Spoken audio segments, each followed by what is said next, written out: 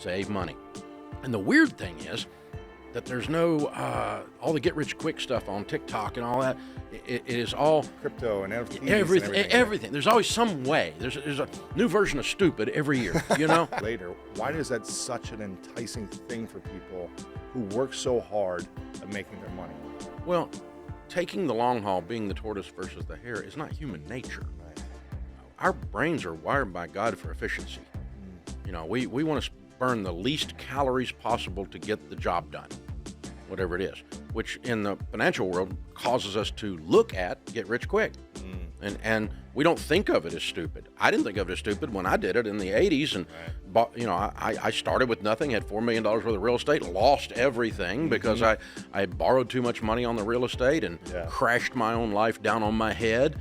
I didn't think I was being foolish, foolhardy, impulsive. I thought I was burning the least calories to get to the goal. Yeah, you're being smart. You know, I thought this is the way to go. And people that are buying crypto, that's what they think. I mean, no one thinks they're gambling. They don't think, oh, this has worse odds than a roulette wheel, which it actually did mathematically, you know, but they didn't think that. They thought this is the least calories to burn to get to the goal. So that's just the human brain doing what it's supposed to do. We're just efficiency experts all the time in everything we do. What's the least effort to get to the goal? How often does someone, when they know like, hey, this is the effort, the time, the focus, the obsessiveness that's required to do something great with your life. Right. You want to do something great, you better be great at it. Greatness rises. But you have to get great and you have to be intentional. You have to be obsessed. And if people knew behind the scenes, this seems very easy, but I know your schedule. Yeah. I know what you put into this. I know what the time is. I know what the relentless pace is. I know what the focus is. I know how much you think about it. I know this has to be something that's just infectious, and when people get around you, it emanates, and there's an energy, and there's like, this person's just gonna will this to happen. Right. And when you have that, you have to be cognizant of your energy. You're always making people feel something, so take control of what they're feeling.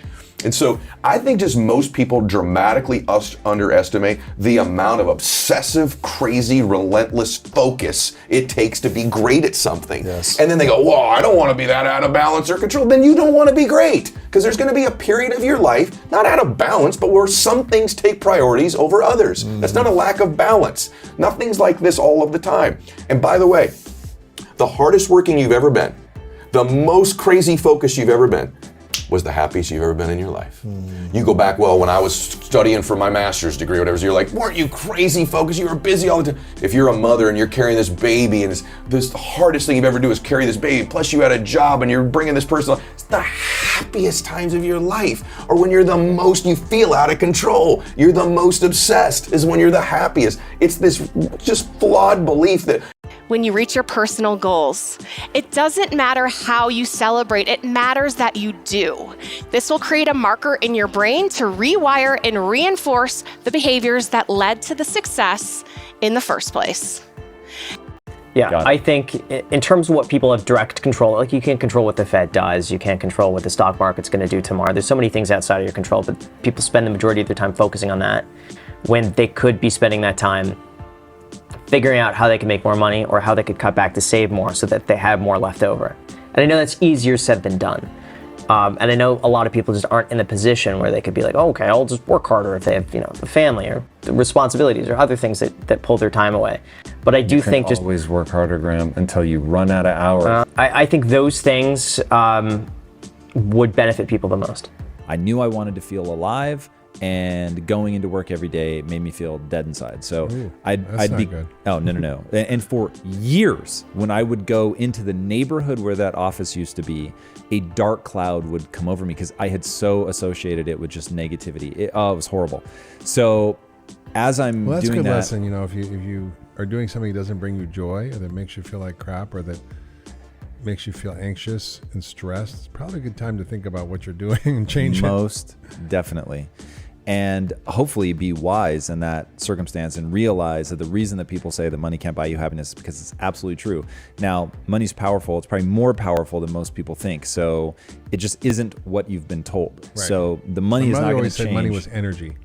That's interesting. I call it the great facilitator. Right. It's exactly. So it's a way of exchanging energy with people in different ways, right? Or with your life. Exactly. But if you're not doing something that you care about, or you don't know what you want the money for, or the money's just like points on the scoreboard, it's going to be misery.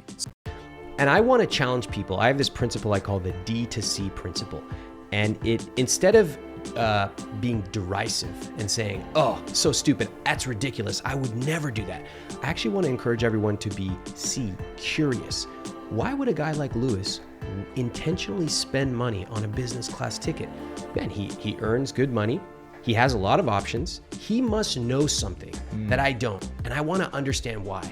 So from D to C, and if you start to take that perspective, especially on high earners and how they spend their money, all of a sudden you stop saying, that's ridiculous, or if I had $1 million, I would never do that. Instead you say, why did that person spend on that? And I want to know. And that is that environment trumps will. What do I mean by that? I mean that our intention will always be beaten by our environment over time. For example, let's say that you're a music fan, but you don't like jazz. That's for the other people. You're kind of a country and western kind of guy or girl. And you listen to country and western in the car going to work, but your car's broken down this week, so your good neighbor around the corner that works at the same place has offered to give you a lift. So you're going to share the 45-minute drive to work and back for the next 5 days. But they listen to jazz. Now, I don't care what you think consciously. Within 3 days in the car, you're tapping your feet to the beat. Within 5 days, you're humming it in the shower. You see, we don't get to choose whether or not we get programmed. We're programmable by design. We can only choose how we want to be programmed. Another way of saying that is you can have all of the intention to be as warm and hot as you like. You can raise your body temperature. You can put on some big clothes. But if you choose to live in a freezer, the environment's going to win over time. In other words, you can read all of the positive affirmations. You can stand in front of the mirror and say that you believe in yourself. But if you live with somebody who is constantly pulling you down, somebody who is reminding you of why you're not good enough and why it won't work, at some point you're going to start to believe it. It's the law of conformity.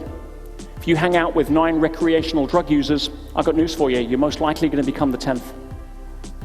If you hang out with 9 positive people that look at life through the lens of how we can, not why we can't, that hold up a mirror for each other's greatness, to be midwives to each other's dreams instead of stealing them, you're likely going to become the 10th. Stop putting the wrong things in. You see, as I said, we are adaptation machines. Our bodies, our physical bodies adapt to our environment. We don't get to choose that. We only get to choose the environment we put them in. If it's the gym or McDonald's, the body doesn't care. Its job is to adapt. But it's the same with our mind. So stop putting the wrong programming in. Live on less than you make. Right. You need to be on a written plan. In anything you're doing, if you don't do it intentionally, it's not going to occur. No one wins anything accidentally. It's an intentional act. Winning always is. At marriage, at taking care of your body, building a business, money. No one accidentally gets wealthy. It just, what happened? No one does that. So that's a written plan. That's called a budget. And so we got to have a budget. We got to live on less than we make. If you get out of debt mathematically, what it does is you have money to invest. So what happens when you get out of debt is you have this sense of freedom. You have this sense of autonomy, the sense of agency. You're not being controlled by the man. We discovered that the typical way someone gets their first $1 to $5 million is they have a paid off house and they have a really healthy 401k or Roth IRA combo in good mutual funds. And so they'll be sitting there with $1 million in their retirement accounts after 10, 12, 15 years of doing this, and they got a $500,000 or $700,000 paid for house, so they got a $1.7 million net worth. And so they save money. One negative thing I say to you, I'm going to have to say 5 positive things to balance it out. I heard a study that said 1 in 17. So it's like, we all get it. Like one painful, you're not good enough comment is really hard to overcome with a lot of you're good enough. So the mind goes to these survival mechanisms to keep you alive, which I'll say oftentimes means keeping you small. If you don't take it seriously, that people think that you're doing something wrong. And if you don't back off, there were times where that would have been deadly. Now you just get in these negative loops. You get in a negative loop and people have taught you that, hey, it's just what you're born with. And you get this like death spiral of, this is who I am and I'm never going to be any better. And so you don't have what I call the only belief that matters. The only belief that matters is that you can improve. That's it. So it's like if somebody goes... It's pretty simple. It is deadly simple. And it's why it's the only belief that matters. Because if you don't think you can improve, why would you put in the effort to get better? Because if you believe that you will get nothing out of that, there really is no point to putting in the time and the energy to improve. Whereas if you believe, whoa, the time and energy that I put into getting better, I'll actually be rewarded with skills. I think it's hard to get out of a cycle. I think when you get on a path of hanging around the wrong people, that's all you know is discouragement, negativity, hardship. I think it's really difficult to get yourself out of that. And I've been in a very fortunate position, I think, to have a great family who's very supportive. And I guarantee if I didn't have that sort of backing of just supporting me no matter what I wanted to do, I don't know if it would have been as easy as it is for me today if I didn't have that help in the beginning of just emotionally. If I had a bad day, I knew I could talk to my parents about it. Or just have their blessing behind, hey, I don't want to go to college. I think that's probably why. I think it's really difficult to get out of that negative, self-fulfilling cycle.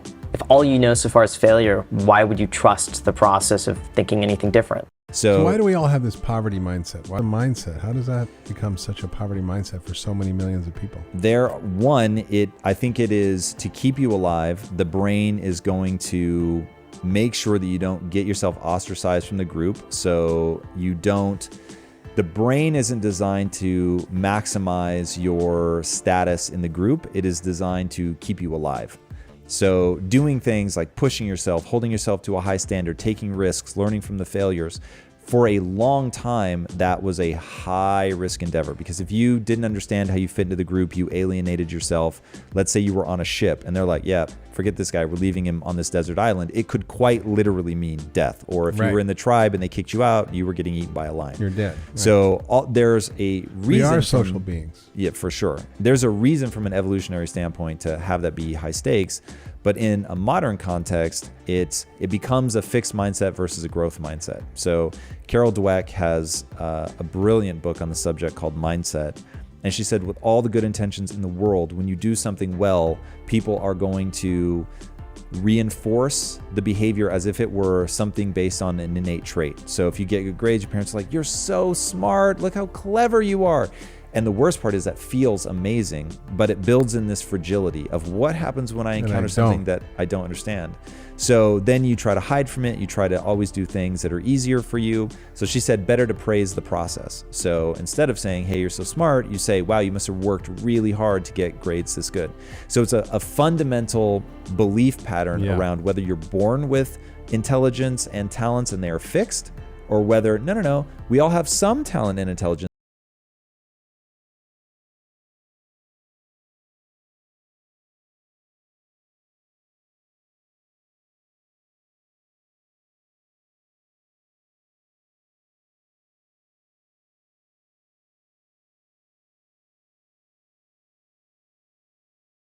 One negative thing I say to you, I'm going to have to say 5 positive things to balance it out. I heard a study that said 1 in 17. So it's we all get it. One painful, you're not good enough comment is really hard to overcome with a lot of you're good enough. So the mind goes to these survival mechanisms to keep you alive, which I'll say oftentimes means keeping you small.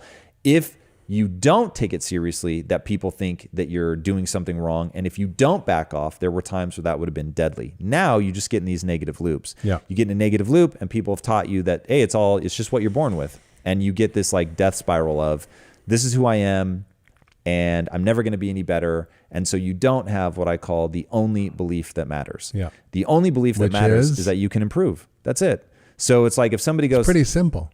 It is deadly simple. And it's why it's the only belief that matters. Because if you don't think you can improve, why would you put in the effort to get better? Because if you believe that you will get nothing out of that, there really is no point to putting in the time and the energy to improve. Whereas if you believe, whoa, the time and energy that I put into getting better, I'll actually be rewarded with skills. And the